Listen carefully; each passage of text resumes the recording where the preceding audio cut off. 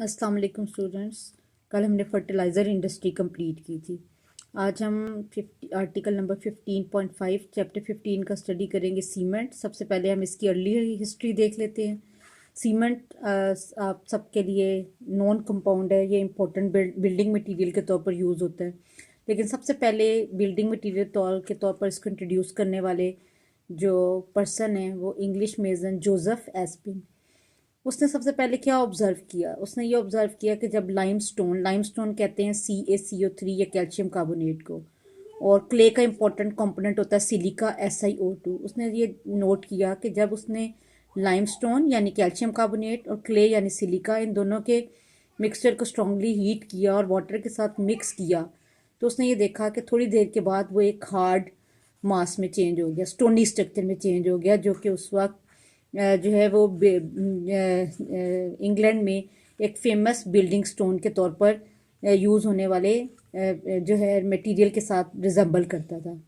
तब से इसका नाम जो है वो पोर्टलैंड सीमेंट रख दिया गया, क्योंकि इसकी जो रिजेंबलेंस थी वो पोर्टलैंड रॉक से थी, जो कि इंग्लैंड में यूज़ होने वाला फेमस बिल्डिंग स्टोन था। तो जो है सीमेंट क्या है कि it is given to the mixture of line, जो कि कहाँ से ऑब्टेन होता है? लाइमस्टोन से, silica, iron oxide and alumina.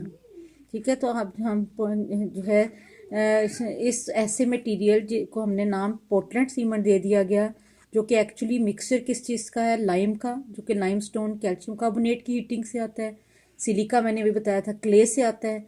और जो बाकी इंग्रेडिएंट्स इसके अंदर यूज़ होते हैं, इनके अलावा भी हैं आयरन ऑक्साइड और एलुमिना मेन है, इनके अलावा भी यूज़ होते हैं। तो ये थी इसकी अर्ली हिस्ट्री। लेकिन आज हम इसको मैन्युफैक्चरिंग के अतबार से किस तरह से डिफ़ाइन करते हैं, अब हम इसकी डेफिनेशन देखेंगे। जो सीमेंट है उसको अगर डेफिनेशन के अतबार से देखा जाए तो वो एक ऐसा मटेरियल है जो कि कैलकेरियस और आर्जिलेशियस मटेरियल दोनों के मिक्सचर की बर्निंग से आता है। इनको पहले सफिशेंटली हाई टेम्परेचर पर हीट किया जाता है और इनको स्मॉल बॉल्स में कन्वर्ट किया जाता है, जिसको कहते हैं क्लिंकर्स। ये क्लिंकर्स फिर फाइनली फाइन पाउडर में डिवाइड हो जाते हैं। अभी आपने दो वर्ड्स सुने हैं, कैलकेरियस और आर्जिलेशियस मटेरियल। इनके ऊपर अभी हम आते हैं। सबसे पहले हम इसकी ब्रीफ से डेफिनेशन देख लेते हैं कि सीमेंट एक ऐसा मटेरियल है जो कि कैलकेरियस और आर्जिलेशियस मटेरियल को बहुत हाई टेम्परेचर के बर्न करने से आता है। पहले हमारे पास small ball like structure obtain होते हैं, जिन्हें क्लिंकर्स कहते हैं, जिनको बाद में ग्राइंड कर लिया जाता है फाइन पाउडर के तौर पर।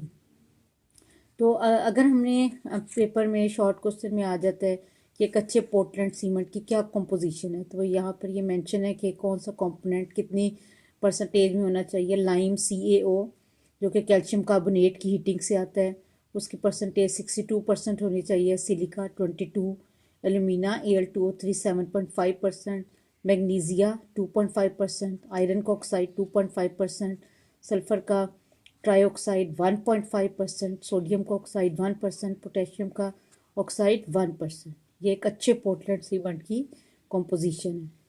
अभी हमने बताया था कि जो सीमेंट है उसकी मिक्सिंग के लिए कैलकेरियस और आर्जिलेशियस मटेरियल की ज़रूरत होती है। तो ये इसके रॉ मटेरियल्स हैं जो कि इसकी सीमेंट के प्रोडक्शन के लिए यूज़ होते हैं। तो कैलकेरियस मटेरियल हर वो मटेरियल होता है जो कि सोर्स ऑफ कैल्शियम ऑक्साइड के तौर पर एक्ट करे, जैसे कि लाइमस्टोन को, मार्बल को, चाक को, मेरीन शेल्स को अगर हम हीट करते हैं तो इनकी बर्निंग से हमारे पास क्या आ जाता है? CaO। तो कैलकेरियस मटेरियल सीमेंट के लिए बहुत ज़रूरी है, चाहे हम लाइमस्टोन ले लें, मार्बल ले लें, चॉक्स ले लें, मेरीन शेल ले लें, ये सारे के सारे कैलकेरियस मटेरियल के तौर पर यूज़ हो सकते हैं, क्योंकि ये सोर्स ऑफ कैल्शियम ऑक्साइड के तौर पर एक्ट करते हैं। नंबर 2 मैंने आपको बताया था आर्जिलेशियस मटेरियल। इसमें clay, slate, shale, blast furnace slag वगैरह शामिल हैं। ये सारे वो मटेरियल हैं जो कि एस्टिक कंपोनेंट्स प्रोवाइड करते हैं, जैसे कि एल्यूमिनेट्स एंड सिलिकेट्स। और तीसरी इंपॉर्टेंट चीज़ जो सीमेंट के मैन्युफैक्चर में फाइनल स्टेज पे चाहिए होती है, ग्राइंडिंग के दौरान क्लिंकर के साथ इसको ग्राइंड किया जाता है, वो है जिप्सम। आगे हम इसके भी फ़ायदे पढ़ेंगे कि जिप्सम सीमेंट में क्यों ऐड किया जाता है और इसके क्या यूजेस होते हैं। जो सीमेंट की मैन्युफैक्चरिंग प्रोसेसेस हैं वो दो वे से हो सकते हैं। एक को हम ड्राई प्रोसेस कहते हैं और दूसरे को वेट प्रोसेस। अब किसी कंट्री में या किसी जगह पर कौन सा मेथड यूज़ होता है वो इन तीन फैक्टर्स के ऊपर डिपेंड करता है कि रॉ मटेरियल की फ़िज़िकल कंडीशंस कैसी हैं, कि वो ड्राई हैं या वेट हैं, कैसी इन्वायरमेंट में वो रॉ मटेरियल आप कलेक्ट कर रहे हैं। इसी तरह जहाँ पे वो फैक्ट्री लगी हुई है उसकी लोकल क्लाइमेटिक कंडीशन कैसी हैं, ड्राई हैं या ह्यूमिड हैं। प्राइस ऑफ फ्यूल के ऊपर भी डिपेंड करता है। इन तीनों फैक्टर्स के ऊपर देखते हुए सीमेंट की मैन्युफैक्चरिंग के कोई से एक प्रोसेस को यूज़ कर लिया जाता है, जैसे ड्राई प्रोसेस या वेट प्रोसेस। पाकिस्तान में ज़्यादातर जो फैक्ट्रीज़ हैं वो वेट प्रोसेस जो है ना उसको यूटिलाइज़ करती हैं। इस जो ड्राई प्रोसेस होता है वो क्यों पाकिस्तान में ज़्यादा फेवरेबल नहीं है, क्योंकि इसके लिए बहुत ज़्यादा फाइन ग्राइंडिंग की ज़रूरत होती है और वो ज़्यादा सूटेबल होता है हार्ड मटेरियल के लिए। जो वेट प्रोसेस है उसमें क्या है कि फ्री फ्रॉम डस्ट होता है। उसके फ़ायदे क्या हैं? फ्री फ्रॉम डस्ट है, ग्राइंडिंग उसमें ईजियर होती है और हम उसके अंदर कंपोजिशन को आसानी से कंट्रोल कर सकते हैं। पाकिस्तान में ज़्यादातर ड्राई की बजाय वेट प्रोसेस को प्रेफर किया जाता है। अब हम देखेंगे पाकिस्तान में जो वेट प्रोसेस यूज़ होता है उसको कितनी स्टेजेस में हम उससे सीमेंट को प्रिपेयर कर सकते हैं। ये ब्रीफ सी समरी आपके सामने है कि 5 स्टेजेस में हम वेट प्रोसेस के ज़रिए सीमेंट को प्रिपेयर कर सकते हैं। पहले जो रॉ मटेरियल है मैं ज़िक्र कर चुकी हूँ, आर्जिलेशियस और कैलकेरियस मटेरियल, उसको कलेक्ट करने के बाद बहुत अच्छा सा क्रश और ग्राइंड कर लिया जाता है। फिर रॉ मटेरियल्स को करेक्ट प्रोपोर्शन में मिक्स किया जाता है। फिर तीसरे नंबर पे क्या होता है कि रोटेटरी किलन में इस प्रिपेयर्ड मिक्सचर को करेक्ट प्रोपोर्शन में जो हमने तैयार किया होता है उसको हीटिंग की जाती है और मुख्तलिफ टेम्परेचर जोन से गुजारा जाता है। जब रोटेटरी किलन से आपके पास सीमेंट प्रिपेयर होकर निकलता है तो वो छोटे छोटे बॉल्स की फॉर्म में होता है जिसको हम क्लिंकर कहते हैं। फिर हम उसकी ग्राइंडिंग करते हैं चौथे स्टेप में। और पांचवा फाइनल स्टेप क्या होता है कि हम जो पाउडर होता है उसको एक दफ़ा फिर जिप्सम के साथ फाइनली करेक्ट प्रोपोर्शन में मिक्स और ग्राइंड कर देते हैं। आगे हम देखेंगे कि जिप्सम का ऐड होना सीमेंट के लिए क्यों बहुत ज़रूरी होता है। सबसे पहले स्टेज को अब डिटेल में देख लेते हैं। क्रशिंग और ग्राइंडिंग, इनके नाम से क्लियर हो रहा है कि जो सॉफ्ट रॉ मटेरियल कलेक्ट किया जाता है उसको बड़े बड़े रॉकी मटेरियल के फॉर्म में जब कलेक्ट करते हैं तो उसके बाद उनको सूटेबल साइज़ में जो है वो स्मॉलर पीसेस में जो है कन्वर्ट कर लिया जाता है और उसके बाद जो है उसको एक दफ़ा फिर वाटर की प्रेजेंस में ग्राइंड किया जाता है, क्योंकि ये वेट प्रोसेस है। वेट प्रोसेस वो प्रोसेस कहलाता है जिसमें ग्राइंडिंग वाटर की प्रेजेंस में होती है। और इसके बाद नंबर 2 क्या है? Mixing of raw material. जो पाउडर्ड लाइमस्टोन है और उसको मिक्स किया जाता है क्ले पेस्ट के साथ। और प्रोपोर्शन क्या रखी जाती है? Limestone 75%, clay 25%। इसके बाद जो है जब मिक्सचर को फाइनली ग्राइंड करने के बाद उसको कंप्रेस्ड एयर के साथ अच्छी तरह से होमोजेनाइज किया जाता है ताकि ये दोनों बिल्कुल जो है ना वो एक दूसरे के अंदर थॉरली मिक्स हो जाए। जब हम उसको ये जो हमारे पास मिक्सचर आ जाता है, इस मिक्सचर को हम क्या कहते हैं? स्लरी कहते हैं। इस स्लरी के अंदर मिक्सिंग के दौरान वाटर का भी इस्तेमाल होता है, इस वजह से इसके अंदर 35 to 45% वाटर भी मौजूद होता है। इसको कभी कभी पानी कम करने के लिए फ़िल्टर करना पड़ता है ताकि वाटर कंटेंट्स कम होकर कितने हो जाएं? 20 to 30%। उसके बाद इसको हम लॉन्गर पीरियड ऑफ टाइम तक स्टोरेज बेस में स्टोर कर सकते हैं। अब आखिर में क्या होता है कि जब हमारे पास ज़रूरत पड़ती है सीमेंट की मैन्युफैक्चरिंग की, तो फिर हम ये जो स्लरी होती है जिसको स्टोरेज बिन में स्टोर कर लिया जाता है, इसको रोटेटरी किलन में हीट करते हैं। तो रोटेटरी किलन जो है उसके अंदर क्या होता है? ये एक लार्ज सिलेंडर होता है रोटेटरी किलन, जिसकी डायमीटर 8 से 15 फीट होता है और इसकी हाइट 300 से 500 जो है ना वो फीट होती है। ये जो रोटेटरी किलन होता है इसका मैन्युफैक्चरिंग मटेरियल जो होता है वो स्टील होता है और अंदर वाली तरफ से इसकी जितनी भी लाइनिंग होती हैं वो ब्रिक्स की होती हैं। रोटेटरी किलन जो है वो किस तरह से अरेंज होती है? हॉरिजेंटली, वर्टिकली नहीं होती है। किस तरह से अरेंज हुई होती है? किस तरह से फिक्स हुई होती है? हॉरिजेंटली फिक्स हुई होती है। ये अपनी हीटिंग के दौरान अपनी एक्सिस के ऊपर जो है वो घूमती रहती है और इसका 1 मिनट में 1 से 2 रेवोल्यूशन यानी दो एक ऐसे दे के 2 चक्कर ये अपने कंप्लीट करती है। जैसे जैसे किलन जो है वो रोटेट करती है, जो हमने चार्ज यानी रॉ मटेरियल बीच के अंदर बीच में स्लरी की फॉर्म में डाला होता है, वो आहिस्ता आहिस्ता डाउनवर्ड मूव करता है। अब ये हॉरिजेंटली बिल्कुल ऐसे नहीं होती, बल्कि थोड़ी सी एक एंगल के ऊपर होती है ऐसे, जिसकी वजह से चार्ज जो है वो आहिस्ता आहिस्ता डाउनवर्ड मूव करता जाता है। फिर उसके बाद हम चार्ज को हीट करते हैं इस रोटेटरी किलन के अंदर, चाहे वो हम फ्यूल के तौर पर कोल यूज़ करें, ऑयल, नेचुरल गैस, अवेलेबिलिटी पर डिपेंड करता है कि इंडस्ट्री में क्या चीज़ अवेलेबल है। फिर रोटेटरी किलन चूँकि ख़ास बिल्कुल हॉरिजेंटली नहीं होती बल्कि ख़ास एंगल के ऊपर इंक्लाइंड होती है, तो इससे क्या होता है कि चार्ज आहिस्ता आहिस्ता मुख्तलिफ टेम्परेचर जोन्स में से पास होता रहता है और 2 से 3 आवर्स तक कम्प्लीटली वो अपनी पूरी किलन में ये जर्नी कंप्लीट करता है। मैंने अभी आपको बताया था उसकी जो हाइट है वो 300 से 500 फीट है। तो आहिस्ता आहिस्ता उसके अंदर वो जो चार्ज आगे आगे मूव करता जाता है, तो मुख्तलिफ जोन्स के अंदर मुख्तलिफ रिएक्शंस जारी रहते हैं और ये सारा का सारा रिएक्शन पीरियड कितने टाइम में कंप्लीट होता है, 2 to 3 आवर्स।